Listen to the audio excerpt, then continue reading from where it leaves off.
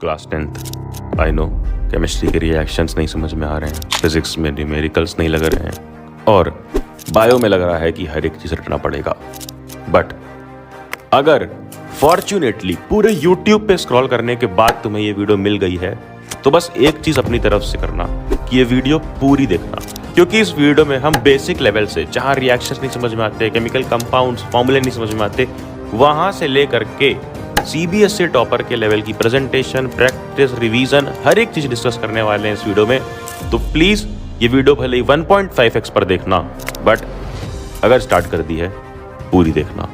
के साथ पढ़ को भी सब्सक्राइब कर लो ताकि हम रहे 10th के साथ भी और 10th के बाद भी। क्या हाल पढ़ ले गैंग। इमेजिन तुम एक बॉटल से पानी पी रहे हो बट पानी लीक हो रहा है, पानी कहीं से गिर रहा है, तो तुम सबसे पहले क्या करोगे? सबसे पहले वो लीकेज को रोकोगे अपना हाथ लगाकर या टेप लगाकर, फिर उसके बाद पानी पियोगे और पानी पी लेने के बाद ही, बॉटल रिपेयर करवाने के बाद ही तुम उसमें दोबारा पानी रिफिल करोगे फ्यूचर यूज के लिए। अरे मतलब अगर तुम्हें साइंस में 95, 98, 99 आउट ऑफ 100 तक के मार्क्स चाहिए तो सबसे पहले जो तुम्हारी प्रॉब्लम्स हैं वो हम डिस्कस करेंगे, उसके बाद तुम्हें क्या करना चाहिए वो डिस्कस करेंगे, और फिर उसके बाद तुम कैसे साइंस में प्रो बन सकते हो बोर्ड एग्जाम में वो डिस्कस करेंगे। तो ये 3 फेज हैं। स्टार्ट करते हैं फेज 1, समस्या। केमिस्ट्री के रिएक्शंस अगर बिल्कुल नहीं समझ में आ रहे हैं तो ये पिरामिड देखो अपने सामने। सबसे बेस लेयर में इसकी क्या लिखा हुआ है? Chemical compounds. और केमिकल कंपाउंड्स किससे बनते हैं? मॉलिक्यूल से, एटम से। ये सब तुमने चैप्टर 9 में पढ़ रखा था। बट केमिकल कंपाउंड से मेरा मतलब ये है कि अगर तुम्हारे सामने CaCl2 लिखा है, कैल्शियम क्लोराइड लिखा है, तो तुम्हें मालूम होना चाहिए कि यहाँ पर कैल्शियम कैटायन है जिसकी +2 वैलेंसी है, वहीं क्लोराइड एनायन है जिसकी -1 वैलेंसी है। सिमिलरली अगर NaCl लिखा है, MgO2 लिखा है, MgCl2 लिखा है, कोई भी कंपाउंड लिखा है, वो कंपाउंड में क्या कैटायन है, क्या एनायन है, उसकी क्या वैलेंसी है, कैसे क्रॉसिंग होकर वो कंपाउंड बना है, ये मालूम होना चाहिए। उसके ऊपर पिरामिड का जो सेकंड फ्लोर है, उस पर लिखा हुआ है केमिकल फॉर्मूले। यानी तुम्हें फॉर्मूले मालूम होने चाहिए जो तुम्हारे NCERT में भी लिखा है, जैसे acid plus base equals salt plus water, वहीं acid plus metal equals yes. तो जितने भी फॉर्मूले हैं ये सारे फॉर्मूले तुम्हारी बुक्स में हैं। एक बार बैठ करके ये सारे फॉर्मूले नोट कर सकते हो, बट मैंने खुद तुम्हारे लिए हर एक रिएक्शन को इस वीडियो में विथ सीक्वेंस, जो सीक्वेंस मैं बता रहा हूँ कि मॉलिक्यूल्स, कंपाउंड्स, फिर उसके बाद फॉर्मूले क्या हैं, कैसे कौन सा रिएक्शन हो रहा है, क्यों हो रहा है, रिएक्शन टेबल को कैसे रीड करना है, समझना है। यानी अगर इस वीडियो को देख लेते हो तो हर एक चीज़ समझ जाओगे केमिकल रिएक्शंस के बारे में। लिंक मैं डिस्क्रिप्शन में दे दूंगा। और इस पिरामिड के टॉप पर लिखा हुआ है बैलेंस करना। यानी इतनी चीज़ें कर लो, फिर उसके बाद रिएक्शन को बैलेंस करो, क्योंकि रिएक्शन का प्रोडक्ट प्रेडिक्ट करना सीख जाओगे तो बैलेंसिंग काफ़ी ईजी है, जो तुमने देख ही लिया होगा। नाउ अगर न्यूमेरिकल्स में प्रॉब्लम आ रही है तो सबसे पहले यूट्यूब लेक्चर्स में न्यूमेरिकल्स देखो। उससे मेरा क्या फायदा हुआ? अरे फायदा इस तरह से होगा कि तुम ये सीख जाओगे कि क्वेश्चंस अप्रोच कैसे किए जा रहे हैं, सॉल्यूशंस देख के, टीचर को देखकर, और हर एक टाइपोलॉजी का क्वेश्चन सीख जाओगे। और क्लास 10th में फॉर्मूला बेस्ड न्यूमेरिकल्स होते हैं।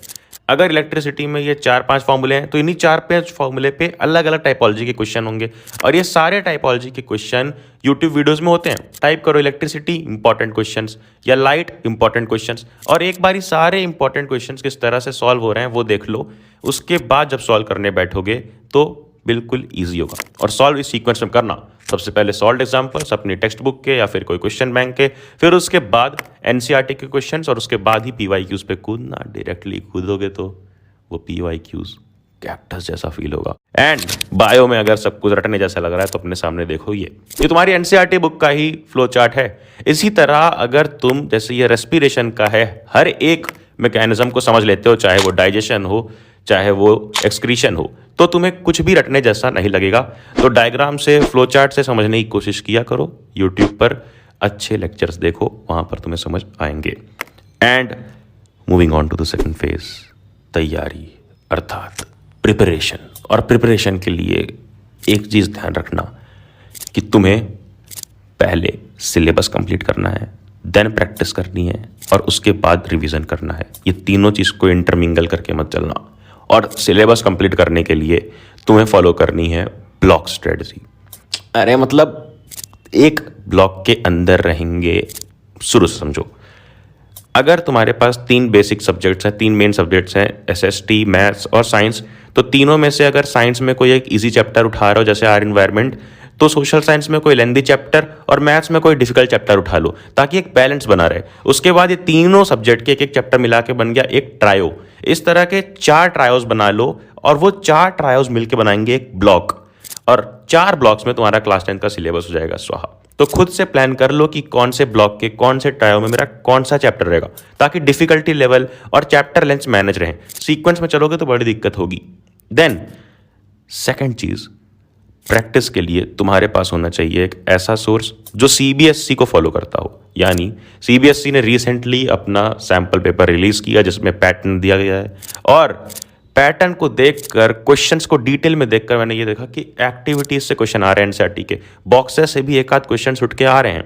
और इसी के लिए इस बार हमने लेटेस्ट नोट्स में एक्टिविटीज भी डाल दी है, बॉक्सेस भी डाल दी है, हर चैप्टर के नोट्स, यहाँ तक कि साइंस के साथ साथ सोशल साइंस, मैथ्स के भी नोट्स वेबसाइट पढ़लेअक्षय.com और टेलीग्राम चैनल पढ़ले अक्षय पर अवेलेबल है। डिस्क्रिप्शन में जाकर ले लेना। Now coming back to the pattern which is this pie chart. 50% competency questions आ रहे हैं इस साल, उसके साथ साथ 30% सब्जेक्टिव, 20% ऑब्जेक्टिव।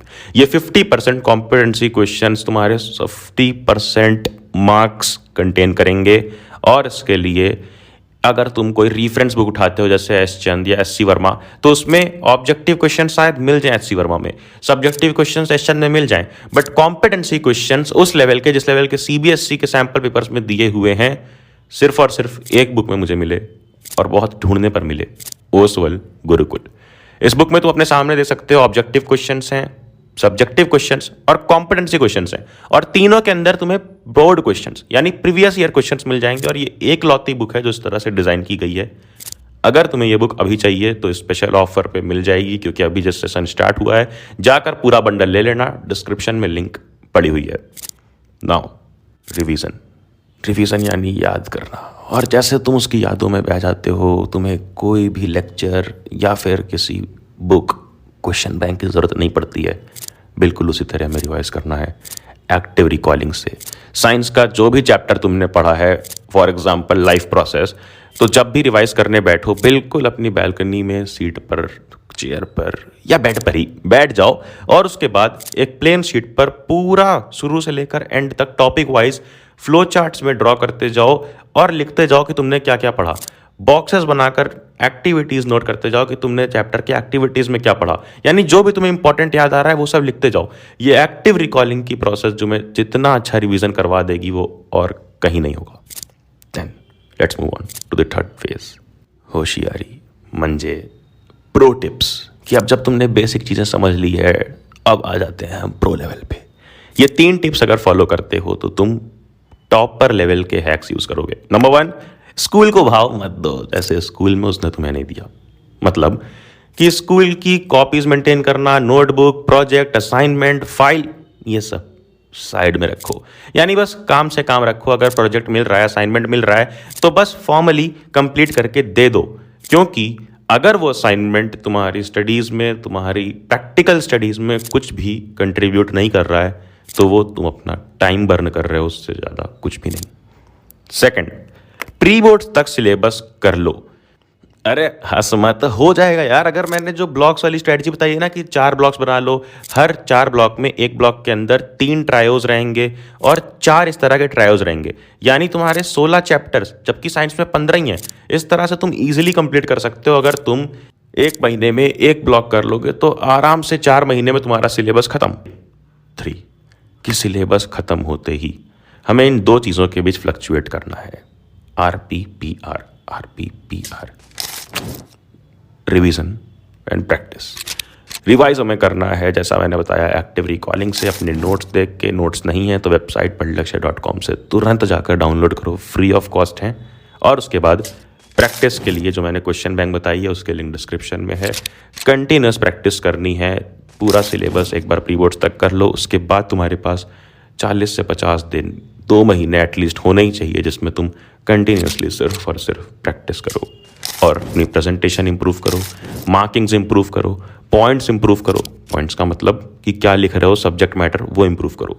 और ये सब तभी कर पाओगे जब प्री बोर्ड्स तक सिलेबस कर लोगे।